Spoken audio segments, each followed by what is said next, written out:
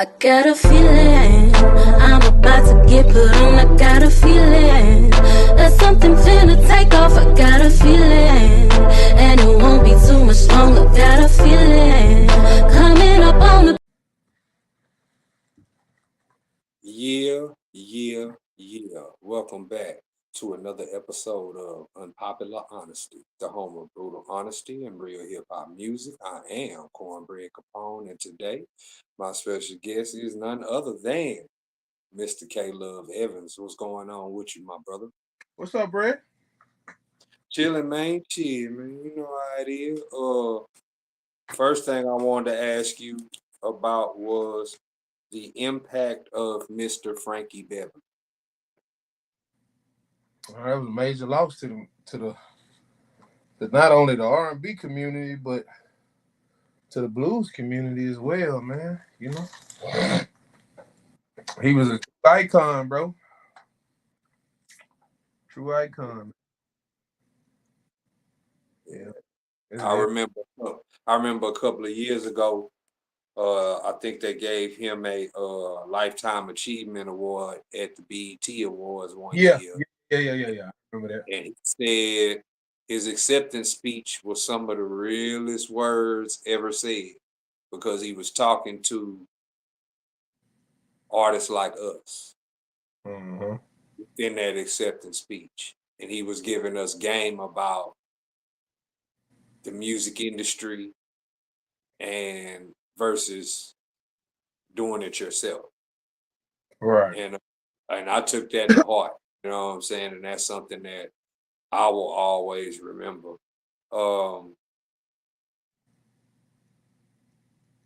I want to ask you because there's so much going on right now. There's so much going on in the world right now. I was gonna ask you about the shift that's going on with music, but in realizing that I was about to ask you that question, I kind of stopped myself because there's several shifts that's going on at one time right now. As far as R&B is concerned, let's start there. What do you think the future of R&B looks like?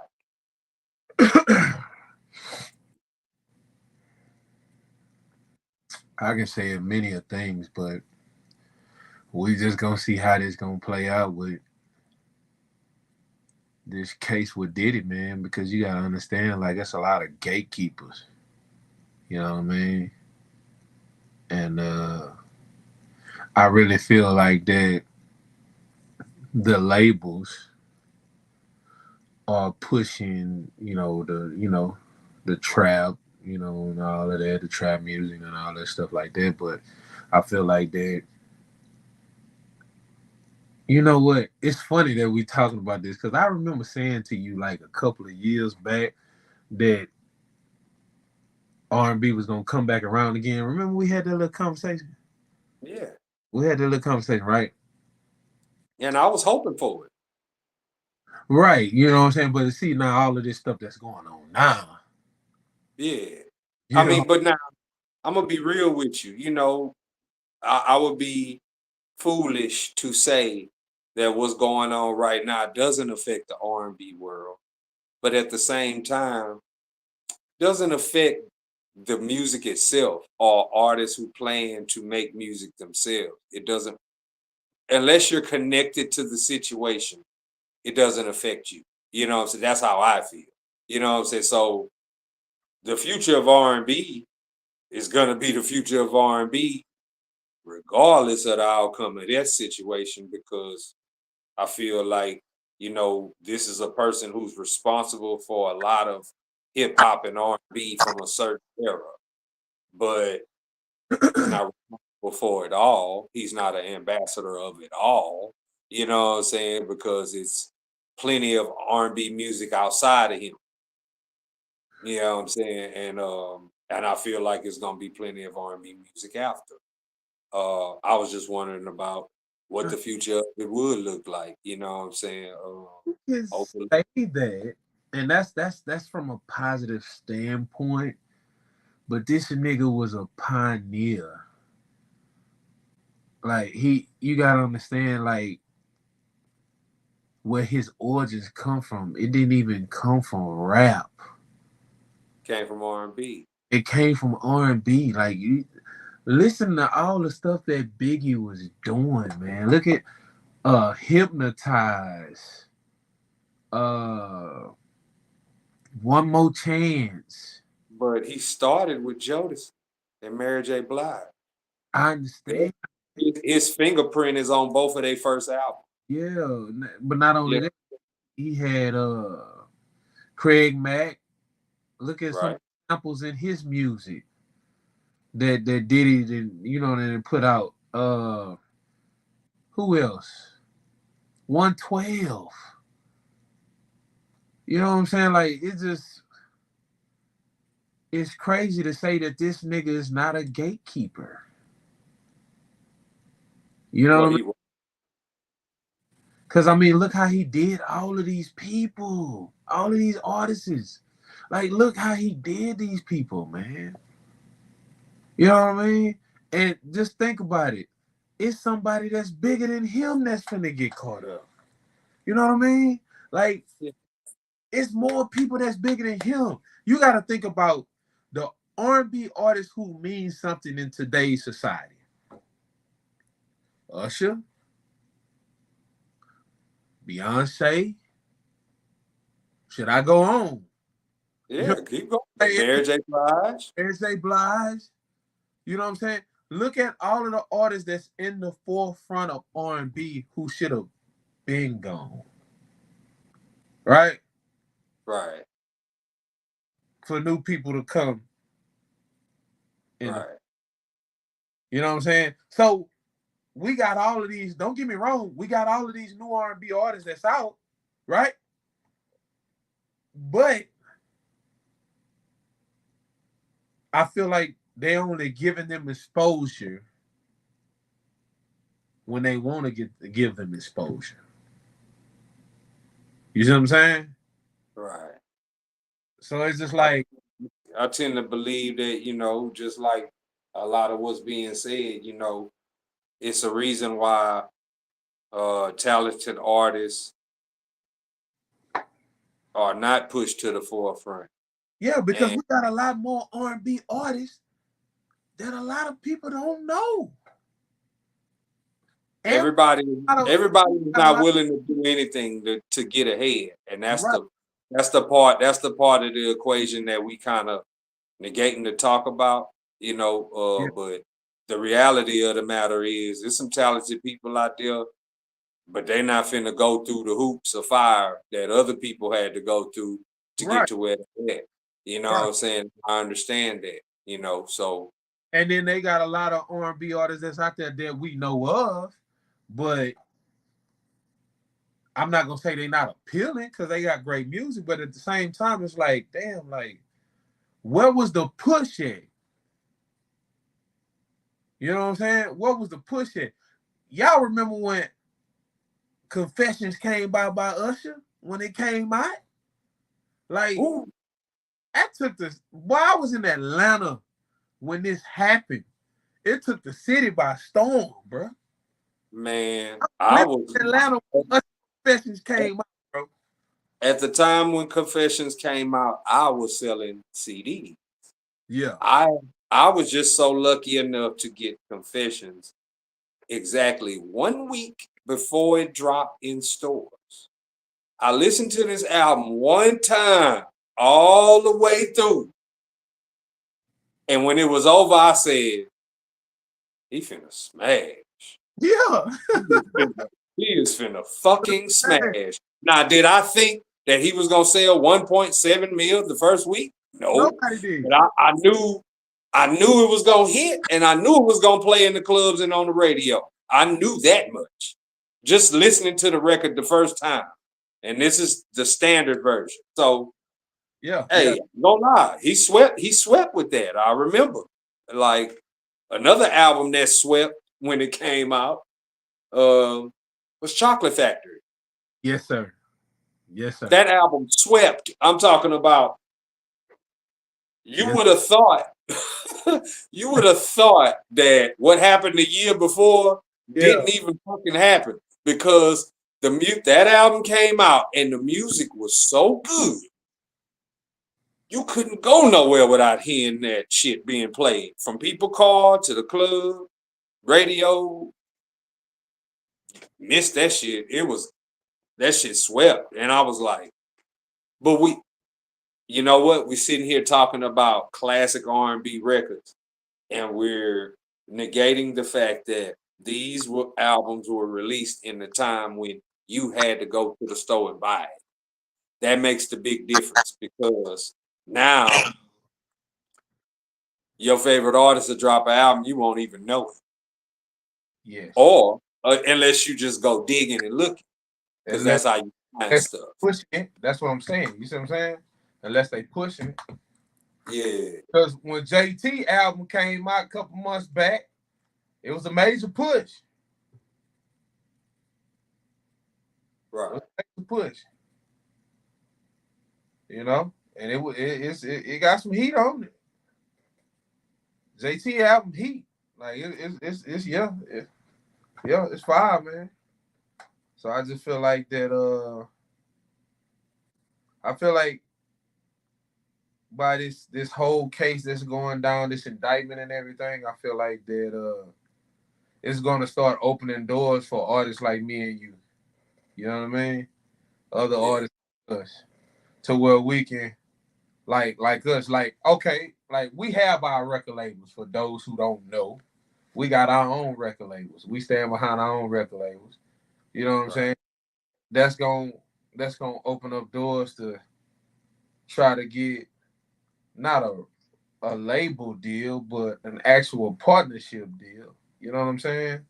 So where we control our own stuff. You know what I mean? So I really feel like that's gonna because this indictment, bro, it's finna go down. It's finna go down. And it's I wanted to ask you because you recently put out a single. I wanted you to talk about that, man. Military Minded. Military Minded is just it's something different, man. You know, it's a transition. It's me, you know, talking about my life and finding God, going through the struggles, you know what I'm saying? And I got more stuff like that to come, but that record I almost didn't put that record out. I almost told my boy not to put it out because I did it with my boy Killer Tex Productions. And at first I didn't know, man. I'm just to really be honest with you, I'm just starting now to fall back in love with the music. You know what I mean? And I'm excited. Excited. You know, I ain't been this excited in a long time. You know what I mean? So for me to just to be falling back in love with something that I love so much, it feels good, man. It's a breath of fresh air, bro. You know what I mean? And I hope everybody enjoy the record. It's called Military Minded. I hope everybody do because I promote it like every day. I ain't gonna stop promoting it until I come out with another single. So you gonna see it every day. You gonna get tired of it. And I think everybody on Facebook and already got tired of it. Seeing it on story and stuff, but I don't care. If you tired of looking at it, then go listen to it. That's how I look at it. Right. What can people expect from you musically going forward? Is it gonna be more stuff like the Military Minded joint, or is it gonna be some different stuff?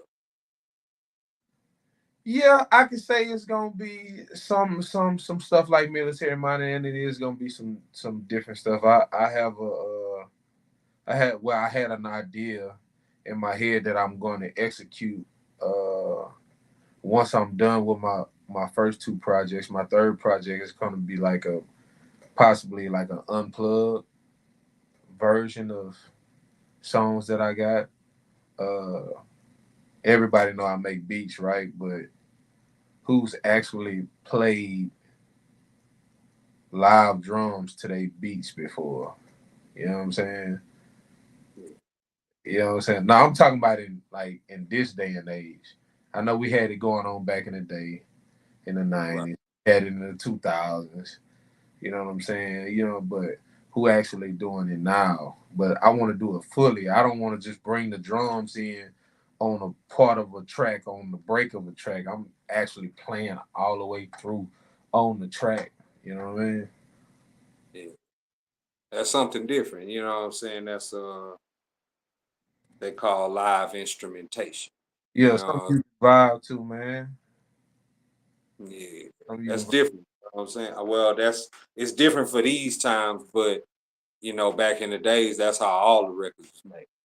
yeah, You know what I'm saying? Like, everything now is digitized. You hit yeah. a button, boop, the song there. You know what I'm saying? So, but It's yeah, a lot more music. You know what I'm saying? I'm living for God. So it's gonna be a lot more kingdom music, but it's gonna be kingdom music K Luv's way, not nobody else's way. I can't do music like nobody else. I got to do music like me. You know what I'm saying? uh, well, I want to ask you this question: like, when you're not making music and you're not working, and you probably riding and you got a playlist playing, what type of music do you have on your playlist? The playlist for Just for riding, or just for when you want to hear some music, or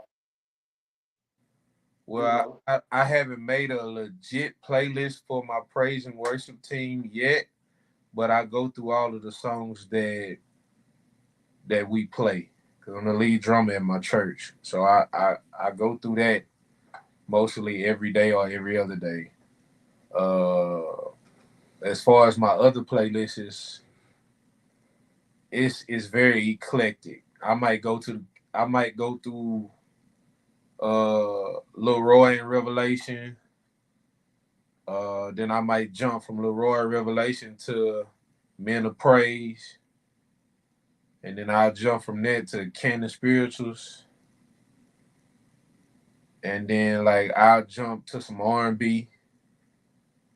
But I've always been a screwhead, so I like to jam my R&B screwed and chopped. You Oh know. yeah. So I'll jump from that. So I guess you was a fan of them those CDs that was made back in the days called F Action. Yeah, OG Ron C. Yeah. Okay. And then I go from the R&B slowed and chopped to I go straight old school, just straight all the way down old school until I get tired. Cause you got to think about it. I'm in the truck 11 hours. Right. Even though it's round trip to Houston, I go to Houston every day. That's what 4 hours there, 4 hours back. That's 8 hours round trip. But you got to count the hours that I done started. I done went grabbed the trailer and I drove down there, dropped that trailer off, picked this trailer up, came back down. You know what I'm saying? Dropped this trailer post trip. Now I'm back on PC, going back to the house. You know what I'm saying? So like 11 hours a day I spend in the truck. And on the weekends, uh,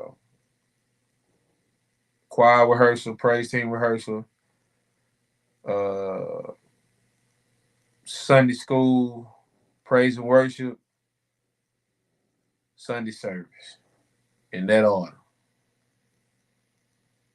I feel that, man. I do want to ask you this. How do you feel about the people who rate or judge music artists based off popularity versus base versus judging them based off the talent and their musical abilities?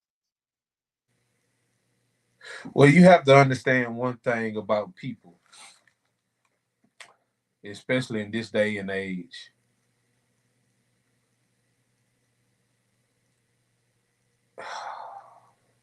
I don't want nobody to get upset when I say this, but worldly people gonna do worldly things. You know what I mean? And once you understand that, man, you'll sleep a whole lot better at night. Cause I know I used to have issues with the same question that you gave to me that you want me to ask. And I really feel like popularity is the new normal. You know what I mean? And not only that, we also not do this with our own people, but we do this with celebrities too.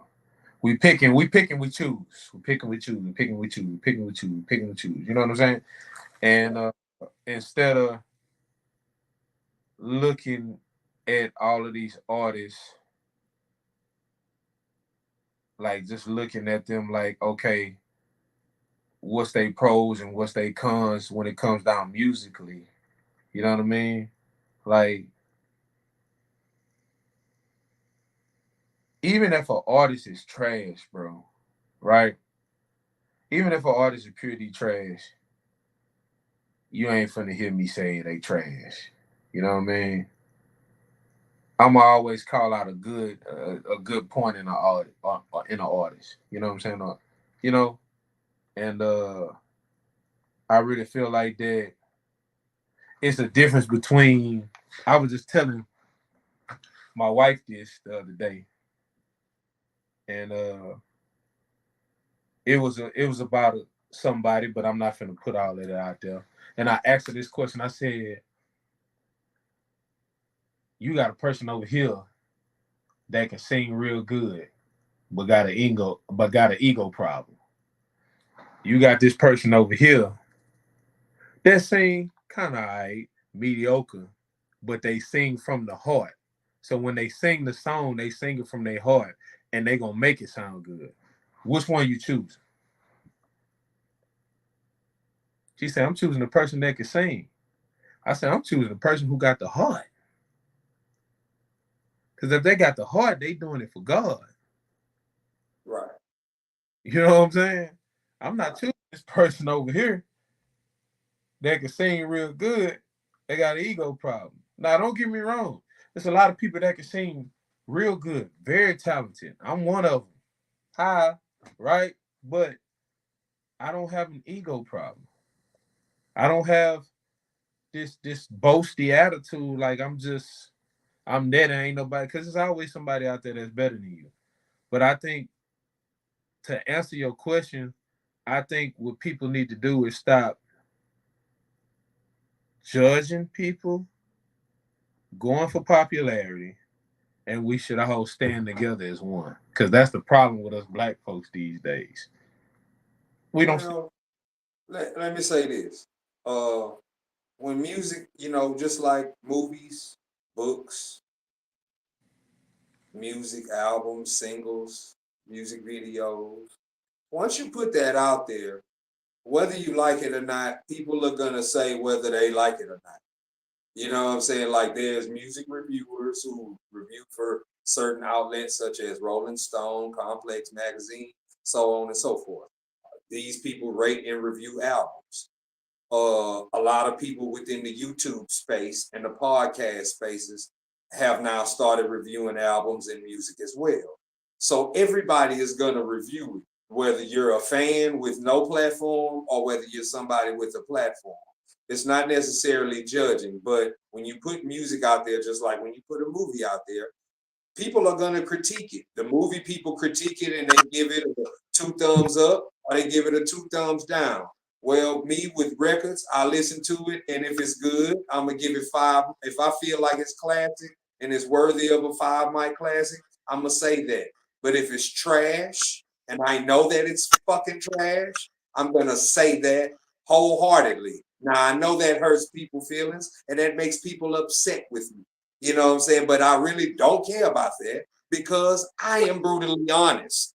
And that is what is missing. They are missing that type of old school flavor, the flavor that you used to find on Showtime at the Apollo. When you got up in front of them people, you either had your shit together or your ass got booed off stage. That's period, point blank. And I feel like the same rules should apply within music today. Because if that were the case, 98% of what we hear, we would not hear. Yeah, I mean, it really don't matter, in this day and age, man. If music trash or not, think about it. Remember Ice JJ Fish?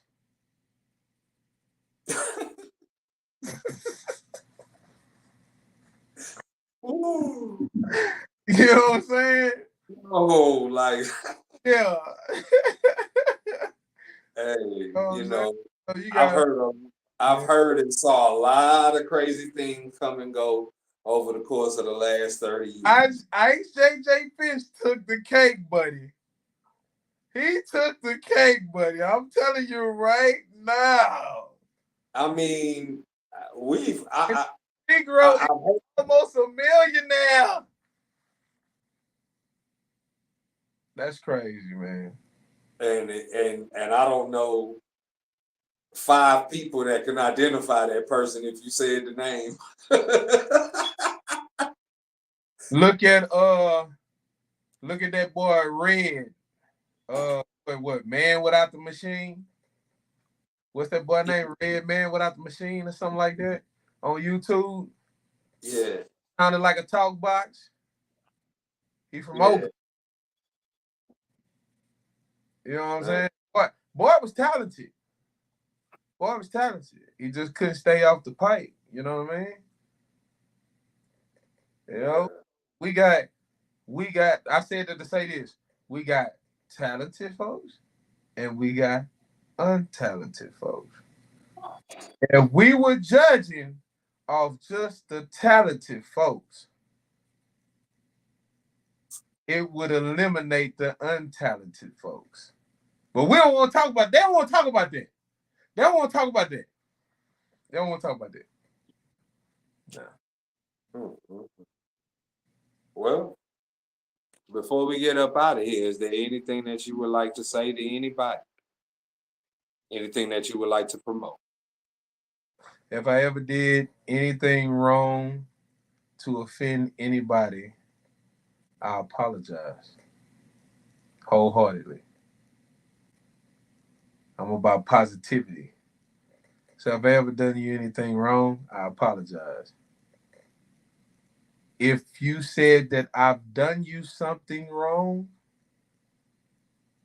and you're not telling the truth, I apologize anyway. I operate out of love, and my love is from God, right?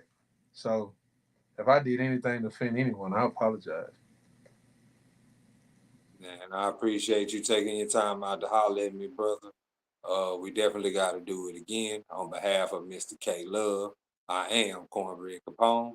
This is Unpopular Honesty, the home of brutal honesty and real hip hop music. And until next time, everybody, peace and love, because that's what the world needs in a major way. Peace and love. Yes, sir.